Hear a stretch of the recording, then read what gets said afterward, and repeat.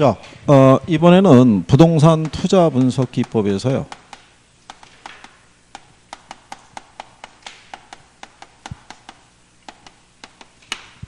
할인연금 수지 분석법에 대해서 정리를 해보는 거예요. 자, 얘는 제목대로 보시면 현금 흐름을 뭐 한다는 거예요. 네, 할인해서 판단하는 방법인데 요때 이 대상이 되는 요 현금 흐름이 이거 얘기하는 거예요.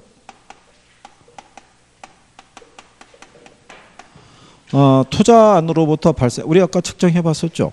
그죠? 네, 그러면 아까 우리가 영업 현금 흐름 해봤잖아요. 그러면 얘가 이렇게 있었죠. 그러면 여기가 뭐였겠어요? 세후 현금 흐름이잖아요. 이거. 그 다음에 매각 현금 흐름에서 보면은 매도 가격 있죠. 순매도액 나오고 세전 또는 세후 있죠. 여기서 나오는 건 세후 지분 복귀액.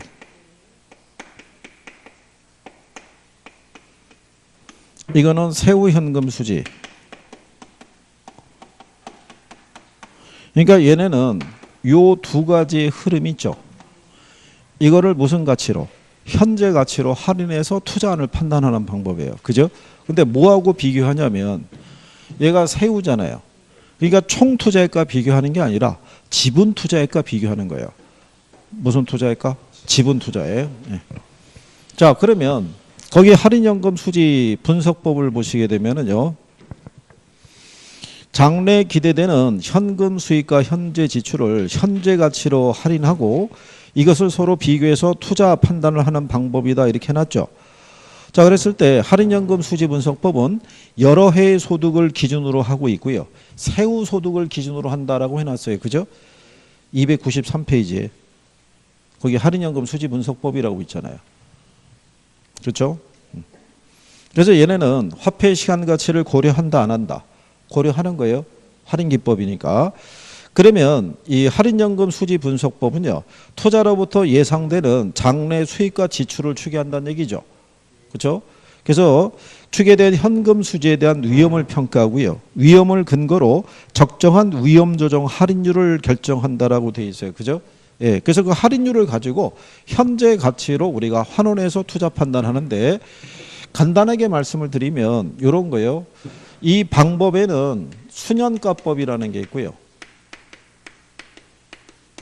수익성 지수법이라는 게 있고요.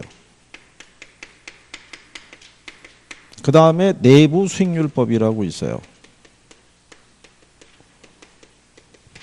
예전에는 이거 계산 문제로도 많이 줬었는데 요즘은 계산 문제가 안 나와요. 왜 안 나오냐면 시간 많이 걸려요. 이거 계산하려고 그러면. 그래서 그러면 여기 수년가법에서는요. 얘를 기준으로 판단해요. 수년가는 현금 유입의 현가 있죠. 여기서 현금 유출의 현가 있죠. 이거를 빼서 계산해요. 뺀 요 금액이 0보다 크거나 같으면 투자하는 방식이고요. 수익성 지수법에서는 수익성 지수를 기준으로 판단하는데요. 수익성 지수는 현금 유입의 현가를요. 현금 유출의 현가로 나눠서 계산해요. 그래서 얘가 1보다 크거나 같으면 뭐 한다는 거예요? 투자하는 거예요. 그러니까 얘는 빼고 얘는 뭐 하는 거예요? 나누는 거예요. 그 다음에 내부 수익률법은 내부 수익률을 기준으로 우리가 판단하는데요. 내부 수익률이라는 거는 현금 유입의 현가하고요. 현금 유출의 현가 있죠.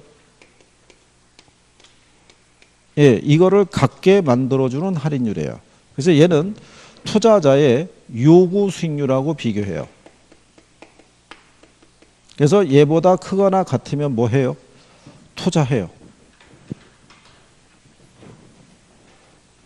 자, 그러면 간단하게 이런 거예요.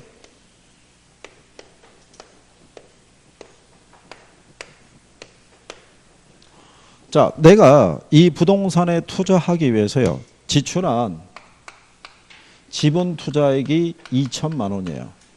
그러면 요게 무슨 투자액이에요? 지분 투자액이자 이게 현금 유출이 되는 거예요. 그죠? 예. 그랬을 때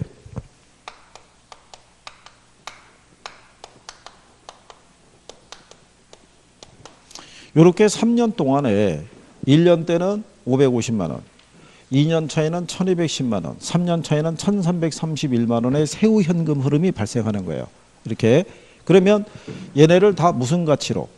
현재 가치로 할인해야 될 때 할인율로 10%를 줘요.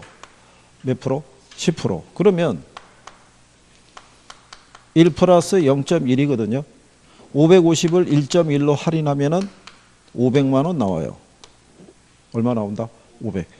근데 얘는 2년이잖아요. 그러니까 1 플러스 0.1에 대한 자승인 거예요. 2년이니까. 그럼 1.21이 돼요. 이거 할인하면은 1000만 원 나와요. 그러면 3년에 있을 때는요. 1 플러스 0.1의 3승이니까 1.331이 돼요. 할인율이. 그러면 1000만 원 나와요. 그러면 요거 세 가지가 바로 뭐겠어요? 이게 유입의 현가가 되는 거예요. 현금 유입의 현재 가치. 그러면 얘는 뭐가 되고요? 얘가 현금 뭐가 되고 유출이고 여기 있는 애가 현금 유입을 나타내잖아요. 그러니까 유입하고 뭐를 비교하는 거예요? 유출을 비교하는데 순영가법은 유입에서 유출을 빼는 거예요. 그러면 유입이 얼마냐면 2,500이죠. 그죠? 유출이 얼마예요? 2,500에서 2,000을 빼면 어떻게 돼요? 500이 남잖아요. 0보다 크잖아요. 그럼 뭐 하는 거예요? 투자한다는 거예요. 그럼 수정가가 0보다 크다라는 의미는 무슨 의미예요? 수정가가 0보다 크다라는 의미는? 어? 이거 지난번에 해봤잖아요. 어? 지난번에 이렇게 얘기한 거예요. 자, 1,000억을 투자해가지고요. 500만 원의 수익이 발생하는 사업이 있어요. 투자해야 안 해요? 투자 안 할 거 아니에요? 얼마 벌면 투자해요? 1,000억 투자할 때. 어? 100억이요? 아니 그냥 칠판상에 있는 분필 글씨잖아요. 그죠? 어? 그러면 100억을 벌면 투자할 수 있다는 거잖아요. 그러면 여기 500이라는 의미는 뭐냐면 여러분이 요구하는 100억의 수익을 충족을 시켜주고 500만 원의 추가적인 이윤이 발생한 거예요. 즉 일종의 초과이윤이 발생한 거예요. 0보다 크다란 얘기는 무슨 말인지 아시겠어요? 지금 여기 있는 요 할인율 있죠? 요게 요구 수익률이라고요. 우리가 투자하려고 그러면 최소한 요구 수익률은 충족이 되겠죠. 이거를 충족시켜 주고도 추가적인 이윤, 즉 초과이윤이 발생했다는 얘기예요. 0보다 크면. 0이란 얘기는 무슨 의미겠어요? 최소한 여러분들이 요구하는 수익률은 충족이 됐다는 얘기예요. 그러니까 0이거나 0보다 크면 투자할 수 있다는 거예요. 무슨 말인지 이해하시겠어요? 자, 그러면 얘가 지금 0보다 크죠? 그러면 얘가 1보다 커요. 자, 단일 투자안일 때 있죠? 단일 투자안이라는 건 하나의 투자안이에요. 하나의 투자안에서는 모든 결과가 똑같아요. 얘가 0보다 크면 얘가 1보다 크고 얘가 요구수보다 커요. 무슨 말인지 이해하시겠어요? 그러면 자, 여기 보시면 유입의 현가가 2,500이죠. 유출이 얼마예요? 나누면 1.25 나온다고요. 1보다 크잖아요. 그죠? 그러면 투자하는 거예요. 무슨 말인지 이해하시겠어요? 여기도 시험에 나온 거예요. 단일 투자안의 경우 수년가가 0이면 수익성 지수는 1보다 크다. 그럼 맞는 편이라고요. 이해하시겠어요? 그러면 한번 생각해 보세요. 여기서는 또 얘는 유입하고 유출을 같게 만들어주는 거죠.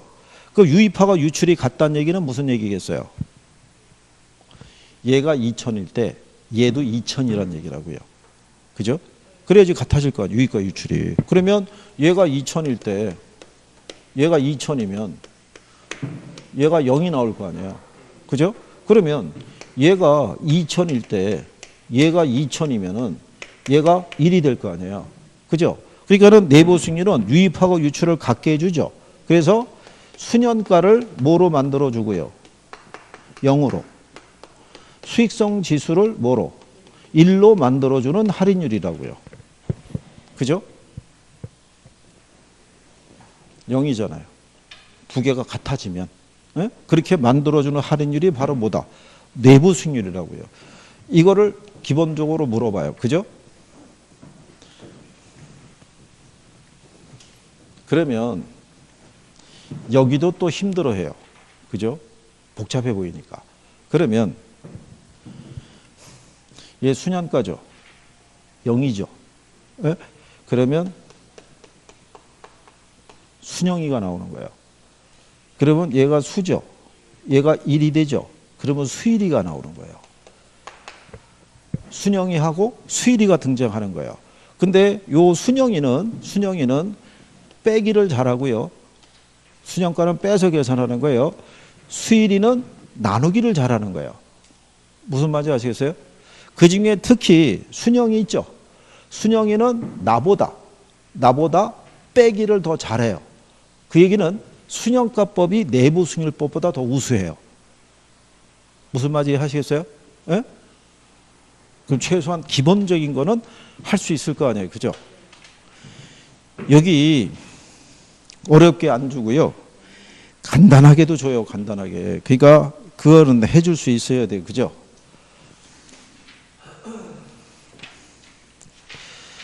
자, 그러면 이제 여기 안에 세부적으로 들어가서 몇 가지 체킹할 거 알려드릴 테니까 구별하면 돼요. 그죠? 거기 순영가법이라고 있죠. 294페이지. 자, 거기 보시면은 개념에 보시면 니은에 순영가법에서 사용하는 할인율은 투자자의 요구 수익률인 거예요. 자, 그리고 거기 리을에 가면 이렇게 돼 있죠. 순영가가 0인 투자안의 경우 수익성 지수가 1이 된다라고 해놨죠. 그게 단일 투자안일 때.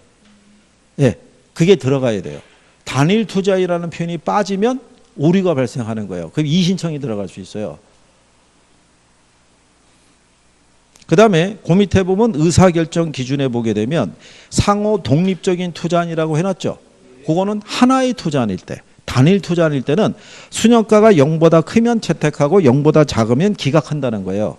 근데 상호 배타적인 투자안이 있죠. 상호 배타적이라는 거는 여러 개의 투자 대안 중에서 하나만 선택해야 될 때, 하나만 선택할 때는 순영가가 제일 큰 애를 선택하면 된다는 얘기예요. 무슨 말인지 하시겠어요?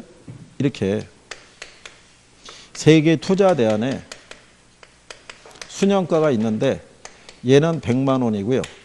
얘는 80만 원이고 얘는 50만 원이에요. 그럼 셋 중에 하나만 선택해야 되는 게 상호 배타적인 투자안이라는 거예요. 그때는 제일 큰 애 선택하라는 얘기예요. 무슨 말인지 이해하시겠어요? 그 다음에 그 밑에 있는 이제 수익성 지수법이라고 있죠. 예. 수익성 지수법은요, 지난번에 얘기했지만 얘는 투자 규모의 효율성을 판단할 수 있는 방법이에요. 여기 순영가법은요, 0을 기준으로 판단하기 때문에 투자 규모의 차이를 구별을 못 해줘요. 예를 들어서 A라는 투자안이 있는데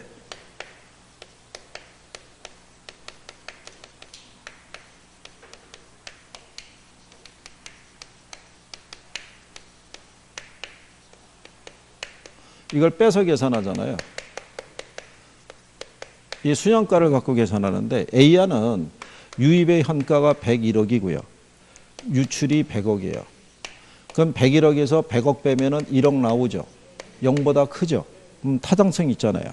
근데 B안을 보게 되면 유입에 대한 게 11억이고요. 유출이 10억이에요. 그러면 역시 1억이죠. 역시 0보다 크잖아요. 그럼 둘 다 타당성이 있잖아요. 그런데 100억을 투자해서 1억 번 거하고 10억을 투자해서 1억 번 거는 차이가 있죠. 그거를 여기서는 구별을 못 해주죠. 0을 기준으로 판단하니까. 그거를 판단해 주는 게 수익성 지수법이라고요. 그러니까 수익성 지수법에서는 이렇게 계산하겠죠. 얘는 유입을 유출로 나눠서 계산하잖아요. 그러면 유입이 101억이고 유출이 100억이잖아요. 그럼 얘는 1.01 나온다고요. 근데 B를 계산하게 되면 유입이 11억이고 유출이 10억이죠. 그럼 얘는 1.1 나온다고요. 투자 규모가 작을수록 수익성 지수가 큰 거예요. 그렇죠? 그러면 투자에 대한 효율성이 더 좋잖아요. 0을 기준으로 판단할 때는 투자의 효율성을 판단할 수 없는데 1을 기준으로 판단하면 이게 구별이 되잖아요. 그래서 그게 여러분 지문에 보면 295쪽에 맨 상단에 가게 되면 맨 끝에 줄 있죠. 수년가가 부의 증대의 크기를 알려주는 반면에 수익성 지수는 투자의 효율성을 나타내는 지표라고 할 수 있다 이렇게 해놨잖아요. 따라서 투자 규모가 크면서 효율이 낮은 투자의 경우는 수년가는 크지만 수익성 지수가 적게 나타날 수도 있어요, 없어요? 있다 이런 얘기예요. 그래서 수년가하고 기타 모든 판단 지표가 동일할 때 초기 현금 투자가 적은 사업일수록 높은 수익성 지수가 나오는 거예요. 무슨 말인지 하겠어요? 초기 투자 금액이 작잖아요. 작을수록 수익성 지수가 크게 나온다고요. 그죠? 네. 그러면 여기서도요, 그 수익성 지수법에 거기 장단점이라고 해놨죠. 거기 보면은 얘도 그 할인율로는 뭐를 쓰냐면요, 요구 수익률을 쓴다고 보시면 돼요. 뭐를 쓴다? 요구 수익률. 그건 얘하고 똑같아요. 둘 다 할인율로 뭐 쓰는 거예요? 요구 수익률 쓰는 거예요.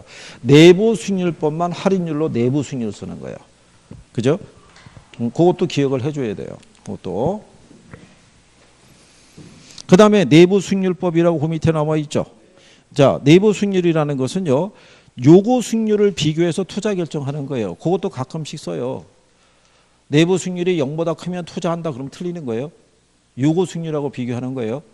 그리고 자, 수년가를 0으로 또는 수익성 지수를 1로 만드는 할인율이라고 할 수 있다고 해놨죠. 예, 그거는 밑줄 치고 기억해야 돼요. 자주 쓰는 표현이니까.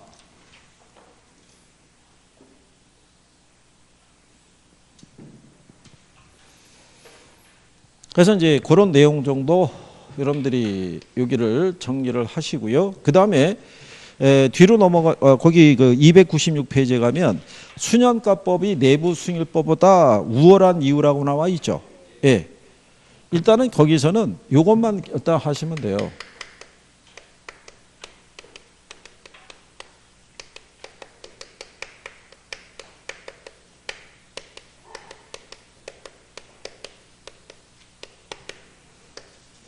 수년가법이 내부 수익률법보다 어떻다는 거예요?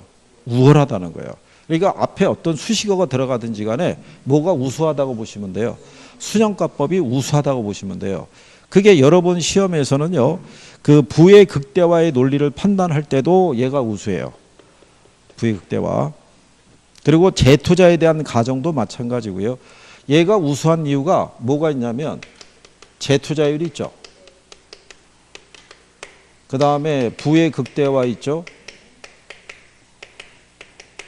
그 다음에 복수의 내부 수익률 뭐 이런 게 있어요.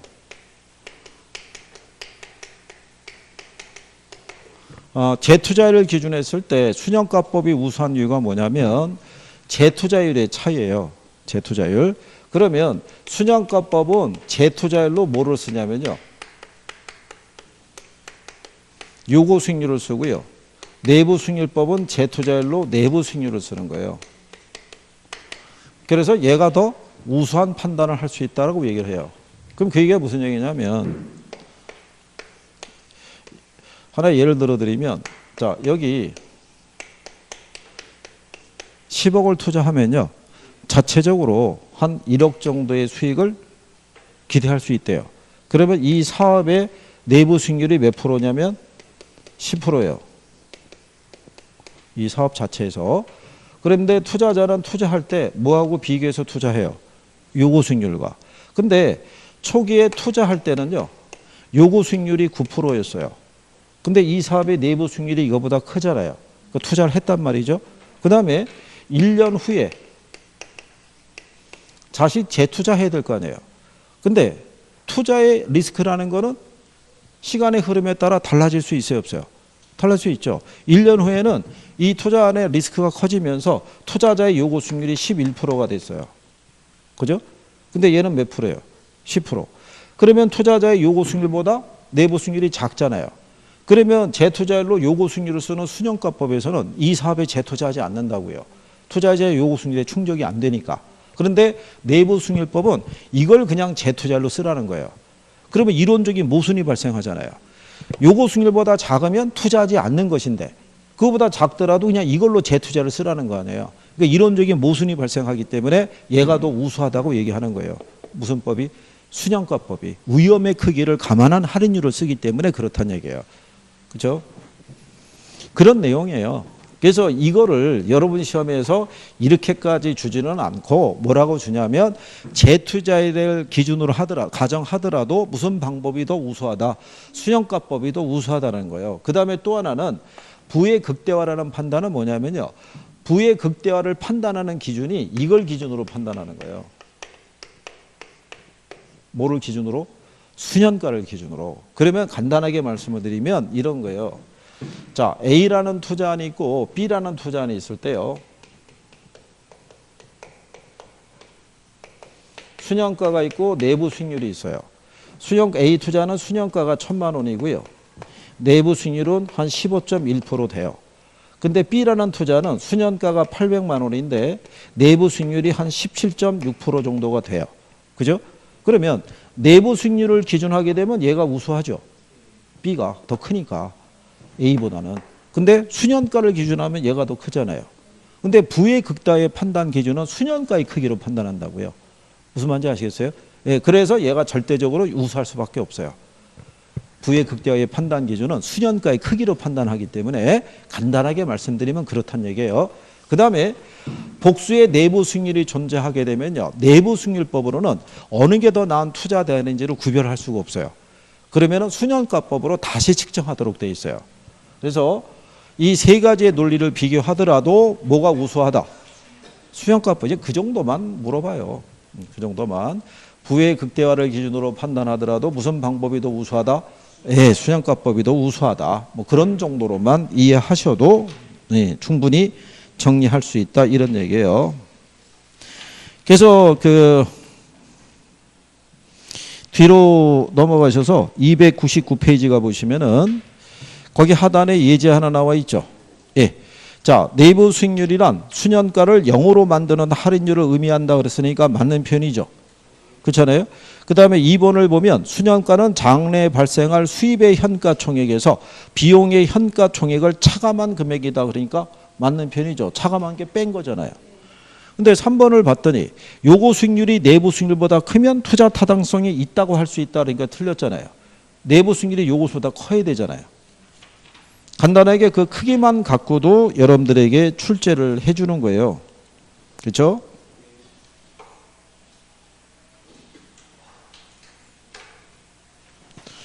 자, 그러면 그 얘네 표현을 볼 때요. 이제 표현상에서 어떻게 나오냐면 그 310페이지 가보세요. 자, 310페이지 가시면 문제 2번 있죠. 네. 자, 1번 지문에 내부 수익률이 요구 수익률보다 적은 경우에는 투자 가치가 없다고 할 수 있겠죠. 수익성 지수가 1보다 큰 투자는 투자 가치가 있다고 할 수 있겠죠. 5번 지문에 가면 부채 감당률이 1보다 적다는 것은 순영업소득이 매기간의 원리금 상환액을 감당하기에 부족하다는 것을 의미하겠죠. 옆에 문제 3번을 가게 되면요. 3번 지문에 2번. 내부 수익률이란 투자로부터 기대되는 유입의 현재 가치와 유출의 현재 가치를 같게 만드는 할인율이죠.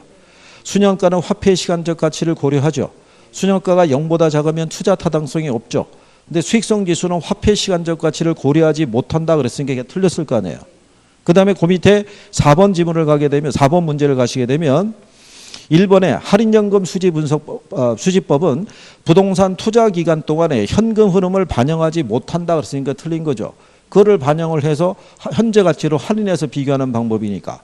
근데 거기 3번 지문에 뭐 이렇게 돼 있죠. 순현재 가치가 0인 단일 투자의 경우 있죠. 수익성 지수가 1이 된다는 거예요. 그러니까 단일 투자이라는 표현이 들어가야 되는 거예요. 무슨 말인지 아시겠죠? 그 다음에 뒤로 넘어가시면 문제 5번이 있어요. 5번에 보시면